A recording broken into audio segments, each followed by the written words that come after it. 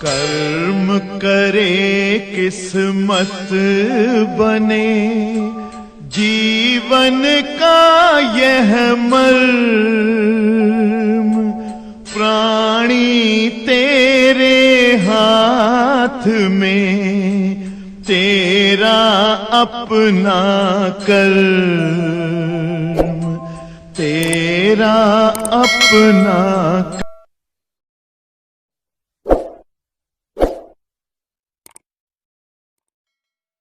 प्रश्न पढ़ो, कौन सा प्रश्न है बताए, प्रश्न पढ़ो। 127 डिग्री से हाँ ताप पर एक कृष्ण पिंड 5000 दूर आप आ गए बेटा।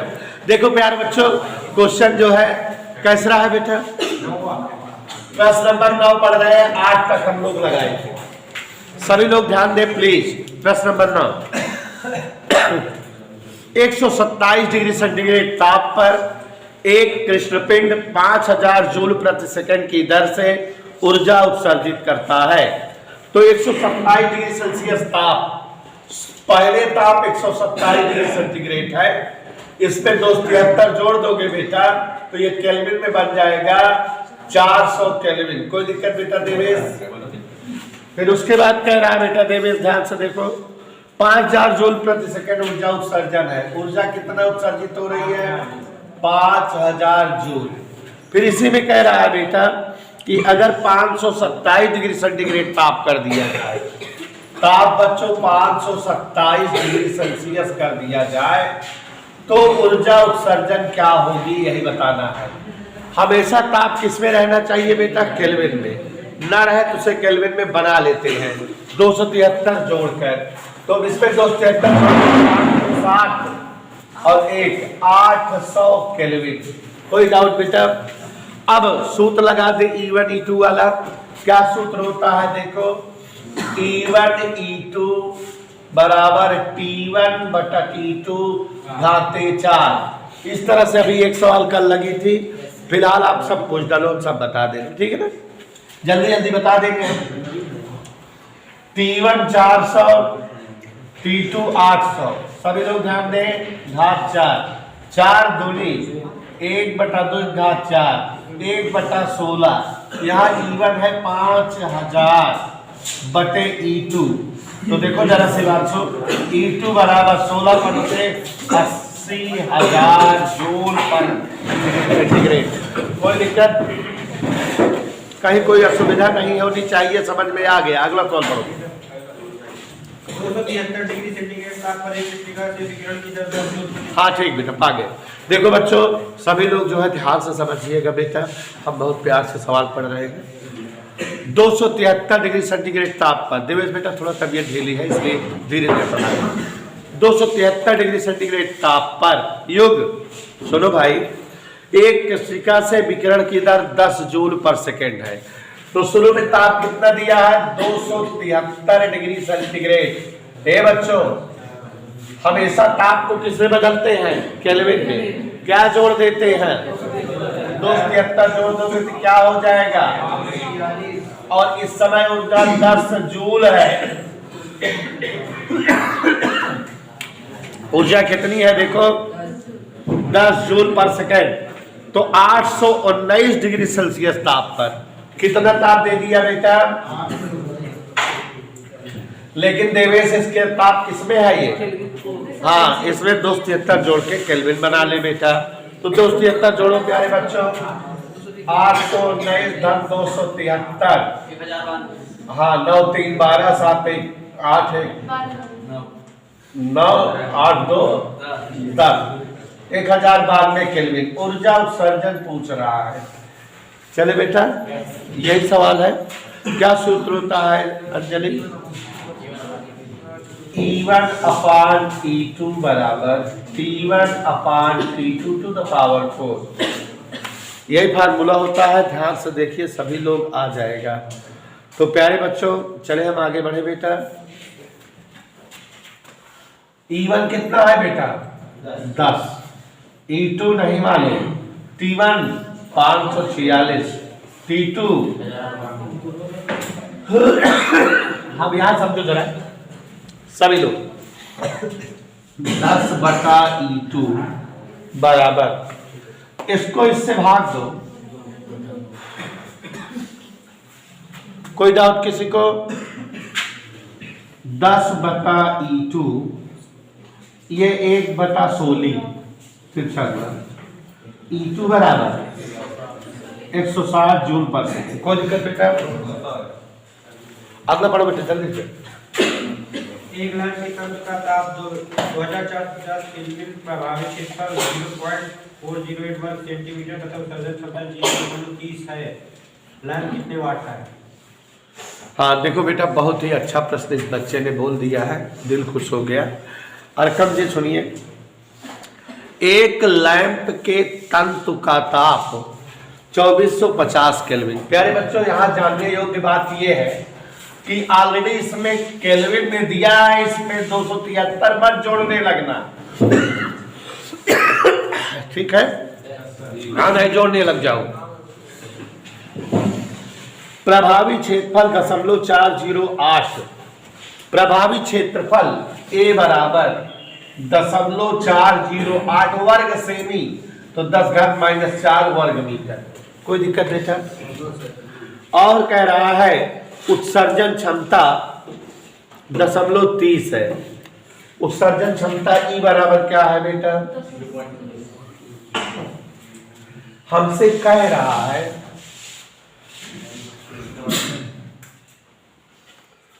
लैंप कितने वाट का है, लैंप प्रति सेकंड कितना ऊर्जा उत्सर्जित करता है। तो ई का सूत्र याद है आपको? हाँ बेटा, बहुत सही, बहुत सही। यहां पर देखिए जरा, ई बराबर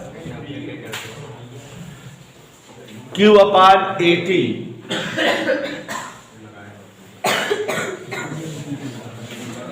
कह रहा है, बोलो नहीं, एक लैंप के तंतु का ताप 2450 केल्विन है, प्रभावी क्षेत्रफल दिया है, ये दिया है। हमको लैंप द्वारा उत्सर्जित ऊर्जा चाहिए। क्यों नहीं पता है? क्यों कहा पता है बेटा?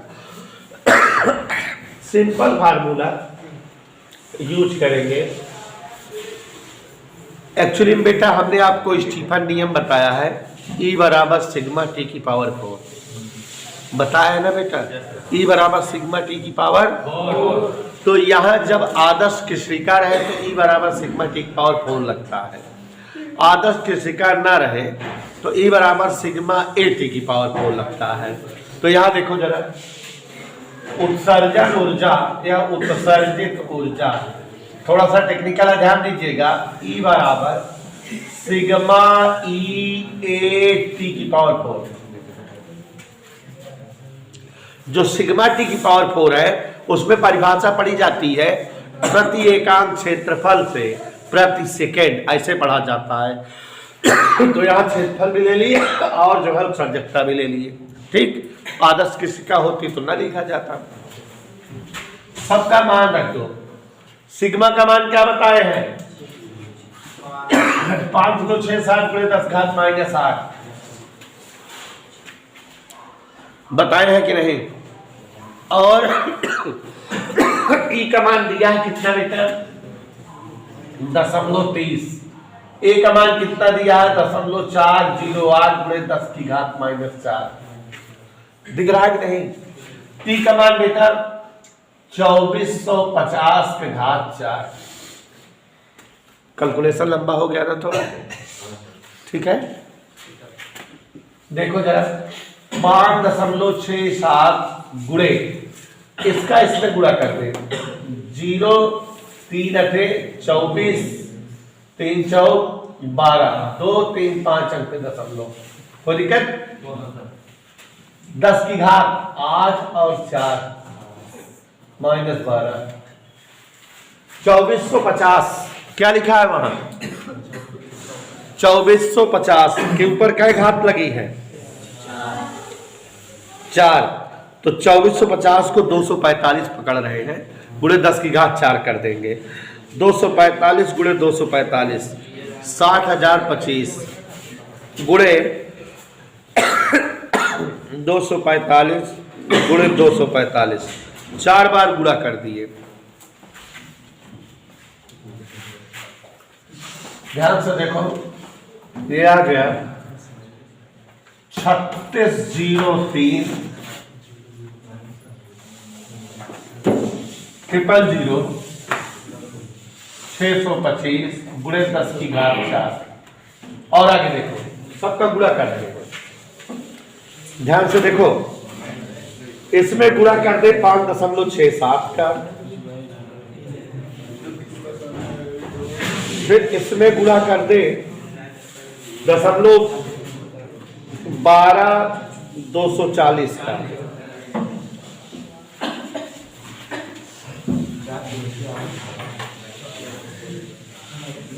तो ये आ गया 3 3 6 3 9 2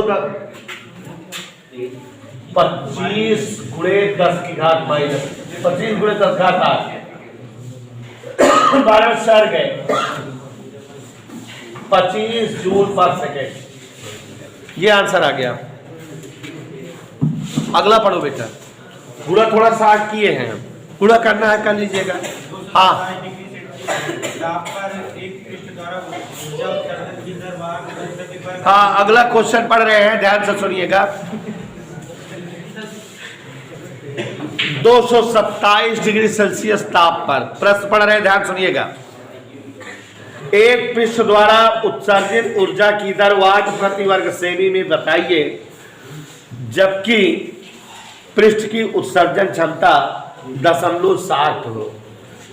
तो क्वेश्चन नंबर अगला है, जो पूछ रहा है बताना है आपको। उत्सर्जन क्षमता E बराबर है 0.60, टेम्परेचर दिया हुआ है 227 डिग्री सेल्सियस, टेम्परेचर दिया है 227 डिग्री सेल्सियस, माने 273 जोड़ दो तो 2 2 4 500 केल्विन। ध्यान से सुनिएगा। और प्रति वर्ग सेमी, वाट प्रति वर्ग सेमी, क्षेत्रफल 1 गुणे 10 घात -4 वर्ग मीटर प्रति वर्ग सेमी के लिए पूछ रहा था, हमारे क्षेत्रफल है। इसी सवाल का डुप्लीकेट हो गया कि नहीं? ठीक है, तो कैसे लगाओगे बेटा? E बराबर, ध्यान से देखो, सिग्मा E 8 की पावर 4। बात करने के बजाय यहां समझो, सिग्मा 5.67 गुणे 10 की घात -8, स्मॉल ई 0.7, ए 1 गुणे 10 की घात -4, टी ताप 500 घात। हाँ, ध्यान से देखो जरा, गुणा करें बेटा, इसका गुणा इसमें हो जाएगा ना? कैसे हो जाएगा? 0 6 42 2 हासिल 4 6 36 4 40 0 हासिल 4 6 5 30 4 34 2 अंक यहाँ है, 2 अंक यहाँ है, 4 अंक गुणे 10 की घात 8 और 4 -12। अब यहाँ 5 की घात 4 625 और 2 0 घात 4 10 की घात 8।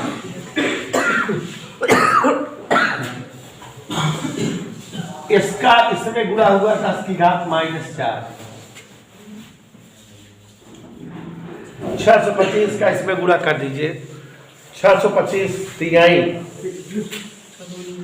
तो यहाँ पर जो है, जब इसका इसमें 625 से गुणा करेंगे 2126.25, 4 घात ऋण में है तो 4 अंक पे दशमलव लगा दिए, तो 0.21 के लगभग आ गया। तो ये आ गया 0.21 वाट जूल पर सेकंड, जो पूछ रहा था। 2 तारे क्रमशः 5200 और 6500 एंगस्ट्रॉम तरंगदैर्घ्य पर विकिरण उत्सर्जित करते हैं। ए का ताप 6000 हो तो बी का ताप बताओ। मेरे साथ लगाते रहो, मेरे साथ लगाते रहो।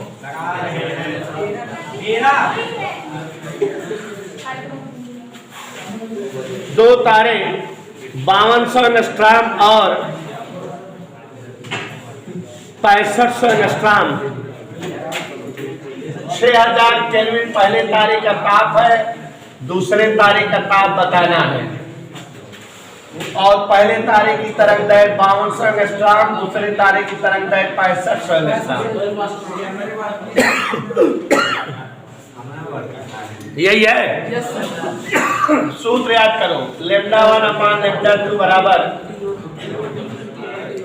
T2 अपान T1। वैल्यू रख दो, λ1 माने 5200 बटे 6500, T2 नहीं मालूम, T1 है 6000, ये दोनों जीरो कट गया। T2 बराबर 52 बटे 65 गुणे 6000, 13 पचे 65, 13 चौको 52, 5 भाग दोबारा चौक 48। और बोलो, और कोई सवाल? सूर्य और चंद्रमा 5000 एंगस्ट्रॉम व 15 माइक्रो तरंग दैर्घ्य पर अधिकतम। हाँ, सूर्य और चंद्रमा वाली है लास्ट ना बेटा। नहीं सर, ये पे देखो, सूर्य और चंद्रमा 5000 और 15 माइक्रोन, 5000 15 माइक्रोन, ये ऐसे तरंग दैर्घ्य है। सूर्य का ताप चंद्रमा का पूछ रहा है। सूर्य का ताप T1 6000 दिया है, चंद्रमा का पूछ रहा है। यही वाला सूत्र जैसे अभी लगाए थे, T2 बटा T1 बराबर λ1 अपान λ2, 5000 गुणे 10 की घात -10, 15 गुणे 10 की घात -6। T2 और T1 ऊपर हो गया 6000। अब मार देंगे किसी दिन, जो है भाई आप लोग परेशान करो तो। क्लास में जो है नौटंकी नहीं, 10 में से 6 गए 4, 15 चौको 60, 4 पंचे 20, 3 2 5, 4 जीरो कम कर दो, 200। कोई डाउट बेटा? अब बस करो बेटा, हमको जाओ। आज हम थोड़ा जल्दी छोड़ दें, कल पढ़ा देंगे।